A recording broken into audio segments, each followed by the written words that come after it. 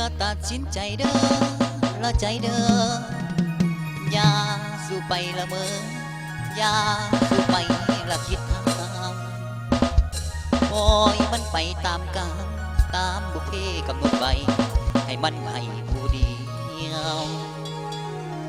ผู้ใดใจสนอเราพุดเลี้ยวให้เจ้าปล่อยเด้อเข้าไปอดเสดอละใจเด้อนึกว่าเขาโนตายแล้วนึกว่าเขาโนตายแล้ว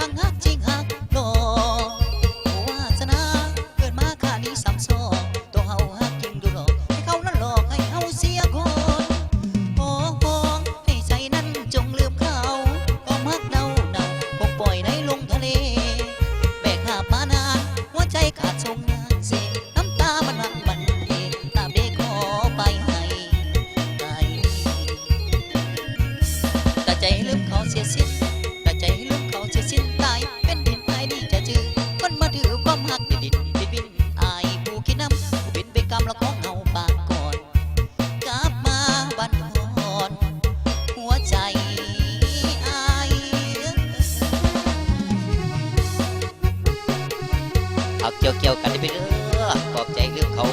มอบตอบส่วนใครทุกท่านก็แล้วกันเนาะฟังเสียงเพลงจากที่การปกติของพวกเขาเอาขอใจทุกท่านก็แล้วกันเจ้าหอบเจ้าของระบบผ่านคนไปบอกเป็นเสียงคำเสียงรับก็ต้องเอาเป็นเสียงกับเพื่อนให้ได้บริษัททางอาจารย์ตอบสนองใครจากที่การปกติเขาบวชซื้อด้วยกันเนาะเนาะเอาขอเข้าใจทางเจ้าของระบบผ่านคนไปเมื่อกี้นี้